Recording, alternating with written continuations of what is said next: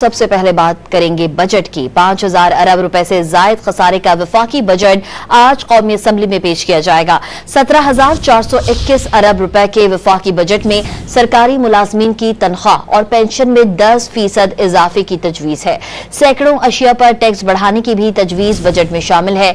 दिफाई budget में 20% तक इजाफे का इम्कान है। वजीर खजाना शाम 5 बजे वफाकी बजट पेश करेंगे।